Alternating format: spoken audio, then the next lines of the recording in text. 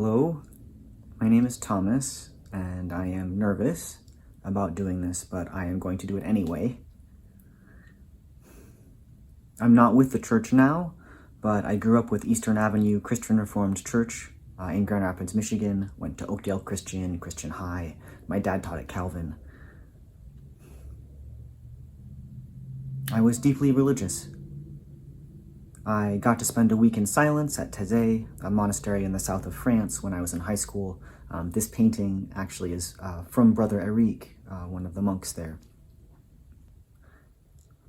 I'm doing this video because I tried to talk to the committee that was putting the report together for Synod on trans folks, LGBTQ++ folks.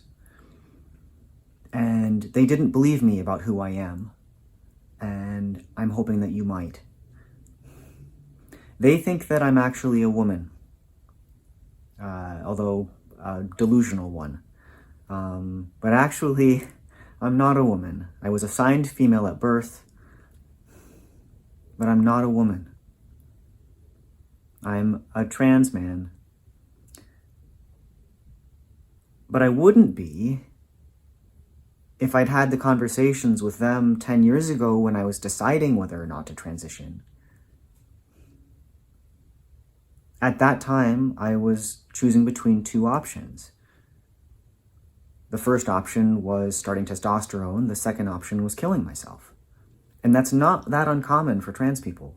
The rates of suicide are so high because it's really freaking hard to figure out. And there's a lot of negative messages that come in. I couldn't bear the thought of hurting my family in that way, but I also couldn't bear to continue living as I was, so I started testosterone on November 14th, 2010, and I'm very, very glad that I did. I know it's not the right answer for everybody, I absolutely know that, but for me, it was the right answer, and I would not be here today if I had not had access to that medication. When I was in 4th grade at Oakdale Christian, about halfway through the year, started off the year with pigtails. Hard to imagine now, but pigtails every morning, my mom would braid them. And about halfway through the year, I convinced them to let me chop all my hair off in a boy's haircut, got some new clothes, and ended up looking, I've got a picture. This picture makes me very happy. It's with my dad at Lake Michigan.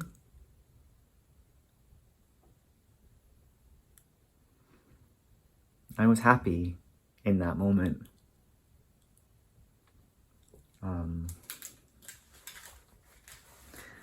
But it was challenging. I looked like a boy, and that was hard for people. I had a really difficult moment in Studio 28, the movie theater in Grand Rapids, or a movie theater in Grand Rapids, in the women's restroom. That didn't go very well. The harder than that was losing the few friends that I did have.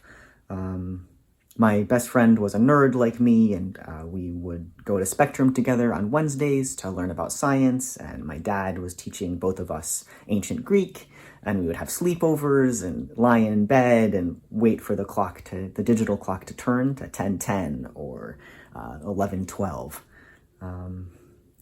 And I have a very clear memory of her coming up to me in the hallway by the stairs outside Mr. Ippel's classroom, and saying she'd known people were saying that I looked like a boy, but she hadn't really believed it before, but now she saw it. And that was her way of telling me that we weren't really going to be friends anymore. So I was kind of on my own after that for a while, and until towards the end of 5th grade, a group of girls came up to me.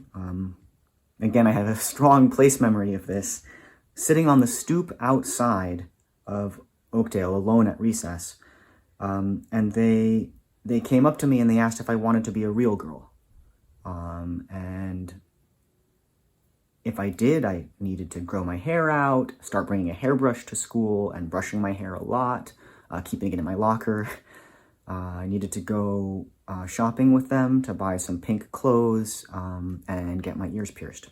So I did. I learned that lesson that to have any even halfway sense of belonging, you have to give up at least part of who you are. So I did that for a long time. I was deeply repressed, and I relied completely on praise and affection from the outside, and I would do whatever it took to get that praise and affection. So I even dropped out of college because my boyfriend at the time, it's a very unhealthy relationship, made me choose between school and him. And I chose him, of course. So, I've got things sorted now, mostly. I eventually went back to school. I got my master's in biology. I've got a good job. I have a loving partner. I've got a loving home in Northern California. I was lucky. And I had a lot of support from my family and the community that I built, or was built around me here in Northern California. It's possible to be trans and to be happy, to actually be who you are in the world and figure it out as you go and have friends and family and community and a place that you love. I know it's scary, I know it's different, but it's possible. And I just hope that the kids growing up in the church now will get a chance. Please believe these kids about who they are. And don't tell them they're wrong or they're bad. They're gonna get that message enough. I know the committee thinks that they are the ones protecting the children. I know they genuinely believe that. But I know from my own experience that they're wrong. This human sexuality report says that trans people should be discouraged from living as their true gender. It even says that people who have transitioned, like me, should detransition. But I couldn't live like I was. If I had followed the dangerous and ill-informed recommendations of this report, I wouldn't be here now. If you follow their advice and let that report become the church policy on gender identity, more of these kids are going to hurt themselves, either physically or emotionally. Like I did, I stuffed who I was so deeply inside for 30 years, and okay, I'm doing well now, great. But I hurt people along the way. My transition has been a blessing for me and for my family. And I hope that you'll consider believing me. Thank you for watching.